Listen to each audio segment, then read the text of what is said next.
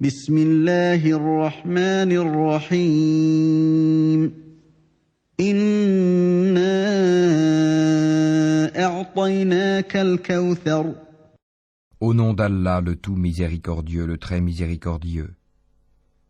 Nous t'avons certes accordé l'abondance. فصل لربك وانحر Accomplis la salate pour ton Seigneur et sacrifie.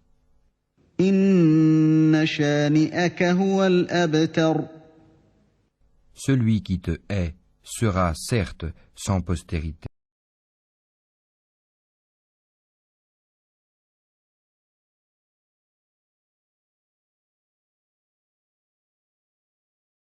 Le mariage dans l'islam. Le mariage est un contrat dont l'une des clauses est de permettre au conjoint de servir la volupté de l'autre. Il est institué par Dieu qui dit « Épousez les femmes qui vous conviendront à raison de 2, 3 ou 4 épouses. Si vous craignez d'être partiaux, que ce soit une seule épouse ou des esclaves. » Sourate 4, la femme, verset 3. Veillez à marier ceux d'entre vous n'ayant point de conjoint, ainsi que vos serviteurs des deux sexes. Sourate 24, la lumière, verset 32. Néanmoins, si on peut subvenir aux besoins du conjoint et qu'on craint de tomber dans l'adultère en vivant dans le célibat, on doit obligatoirement se marier. Quand on n'a pas cette crainte et qu'on est capable de pourvoir aux besoins de l'épouse, le mariage est seulement conseillé. Le prophète, paix et bénédiction sur lui, dit « Jeunes gens, celui d'entre vous qui est capable de se marier, qu'il se marie. L'union conjugale rend le regard plus décent et préserve pudiquement la verge. » Cité par Bukhari et Muslim. Prenez pour femme celle qui est affectueuse et féconde, je voudrais surpasser en nombre toutes les autres communautés le jour de la résurrection. Cité par Ahmed et Ibn Maya. Objectif du mariage. Perpétuer l'espèce humaine par la procréation qui résulte du mariage. Satisfaire le désir sexuel ressenti par l'un et l'autre des conjoints en vue d'éviter l'adultère. L'aide mutuelle des deux époux afin d'élever leur progéniture et de subvenir à leurs besoins. Chaque conjoint éprouve pour l'autre un sentiment d'amour et d'estime et fait son possible pour faire régner une atmosphère de bonne entente. Aucun mariage n'est conclu que par le consentement du tuteur de la femme. Il peut être son père ou à défaut un proche parent qui a droit à l'héritage, ou un tuteur quelconque ou un représentant des autorités. Le prophète, paix et bénédiction sur lui, dit « Aucun mariage n'est conclu sans la présence d'un tuteur représentant la femme », cité par les auteurs des Sunan. Omar, que Dieu lui accorde sa grâce, dit « Aucun mariage n'est conclu que par l'autorisation du tuteur de la femme ou d'un parent réfléchi ou d'un représentant des autorités », cité par Malek dans son Muwatta. Qualité requise du tuteur. Il doit être majeur, jouissant de ses facultés mentales et morales. Il doit demander l'approbation de la femme qu'il compte marier. Si c'est le père qui marie sa fille vierge, il lui demande la permission de conclure son mariage avec celui qui aspire à sa main. S'il marie une fille veuve, il doit obtenir sa décision ferme à ce sujet. Si le tuteur n'est pas le père, il ne peut décider le mariage qu'après la résolution notifiée par la femme, qu'elle soit vierge ou veuve. Le prophète, paix et bénédiction sur lui, dit « La femme qui a quitté son mari a plus de droit de disposer de sa personne que son tuteur. Quant à la vierge, on doit la consulter. Son silence vaut consentement. » Cité par Malek dans son Muwatta. La tutelle d'un parent n'est pas agréée tant qu'il y a un parent plus proche que lui. On n'accepte pas, par exemple, la tutelle d'un demi-frère en présence d'un frère germain, ou celle d'un neveu alors que le frère existe. Quand deux tuteurs ont été chargés de marier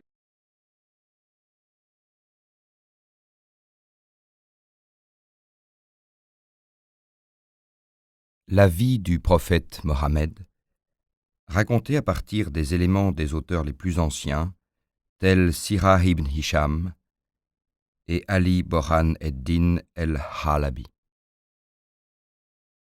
Un rayon rose jaillit de l'horizon, les étoiles pâlissent, et une voix rythmée s'élève dans le silence de l'aube. Allah est le plus grand, il n'y a de Dieu qu'Allah, et Mohammed est le prophète d'Allah. Venez à la prière, venez au salut. Et les dernières modulations de cet appel du muezzin, s'envolant du haut du svelte minaret, par-dessus les terrasses des maisons et les palmes de l'oasis, vont se perdre dans l'infini du désert.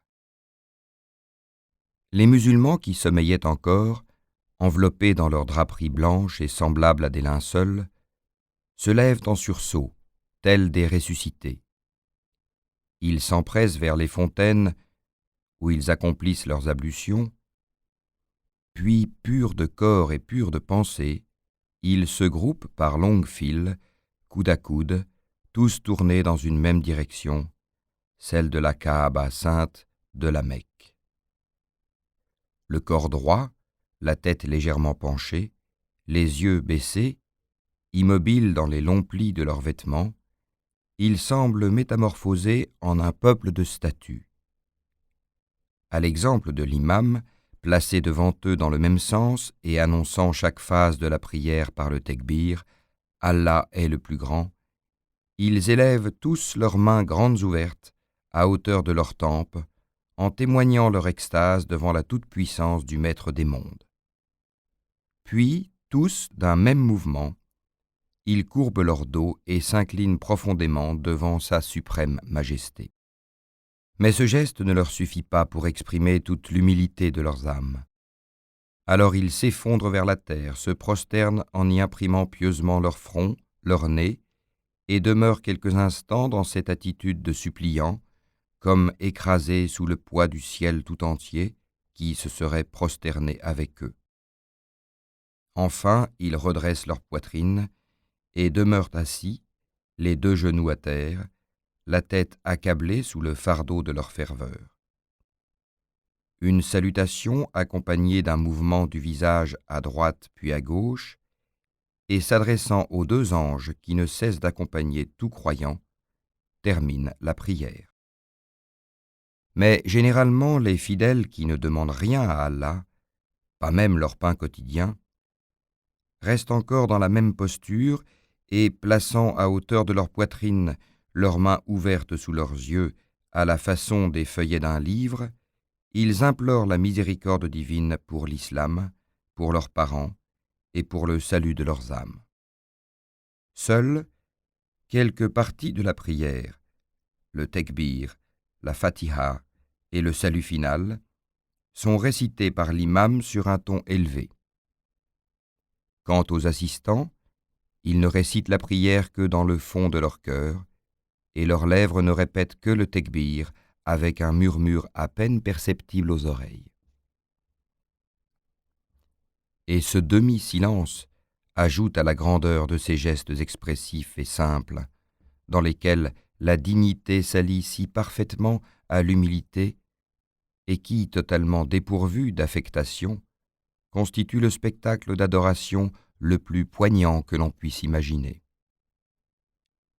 Chaque jour, à chacun des instants où le soleil change la couleur de ses rayons, à son aube empourprée, à son midi flamboyant, à son déclin doré, à son coucher jauni par la tristesse de sa disparition, et à son ensevelissement dans les voiles bleutés de la nuit, non seulement dans les mosquées, mais dans les maisons et dans les rues, dans les cafés et dans les souks, dans les campagnes et dans les déserts, isolés ou par groupes, en quelque lieu qu'ils se trouvent, sans avoir besoin de l'appel du muezzin ni de la direction de l'imam, tous les musulmans doivent interrompre leurs occupations et même leurs pensées pendant quelques minutes pour glorifier ainsi le bienfaiteur. Depuis plus de 13 siècles, des rives africaines de l'Atlantique aux rives chinoises du Pacifique, plus de 200 millions de fidèles se tournent 5 fois par jour vers la Kaaba sainte de la Mecque, et leurs millions de prières s'y gerbent pour s'élever jusqu'au Très-Haut et lui témoigner l'inaltérable gratitude de l'âme islamique.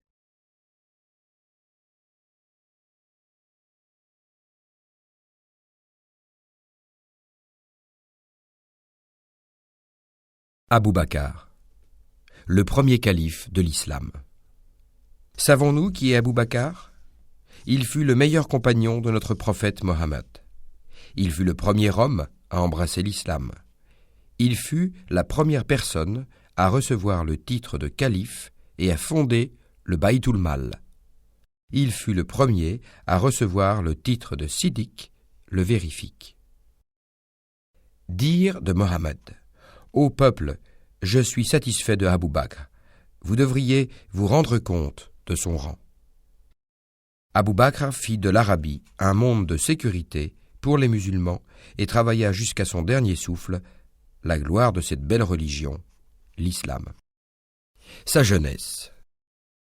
Dans son dernier sermon, le saint prophète Mohammed a déclaré: Personne n'a été pour moi un meilleur compagnon qu'Abu Bakr. Quelle récompense! Abu Bakr l'avait mérité. Pendant toute sa vie, il a soutenu le prophète d'Allah, ne se souciant ni de sa vie, ni de ses richesses, et ni de ce que pensaient les gens. Sa seule ambition était de servir Mohammed, plus que tout autre, à n'importe quel prix. Il y réussit. Aussi en fut-il récompensé, car le messager d'Allah fut très content de lui et lui accorda la première place parmi ses compagnons. Abu Bakr fut le premier homme à remplacer Mohammed. D'ailleurs, il se trouve aussi enterré près de lui. Jetons un coup d'œil sur la vie de ce noble fils de l'islam. Abu Bakr était de 2 ans plus jeune que le messager d'Allah. Ses parents l'avaient nommé Abdul Kaaba, signifiant le serviteur de la Kaaba. Quand il devint musulman, Mohammed changea ce nom païen en Abdullah. Cependant, dès sa jeunesse, on l'appelait Abu Bakr. Il allait être connu sous ce nom parmi les gens, et cela même jusqu'aujourd'hui. Abu Bakr appartenait à la tribu des Quraysh. Son père s'appelait Uthman, mais il était connu sous le nom de Abu Kaafa. Sa mère s'appelait Salma et était connue sous le nom de Al Khair.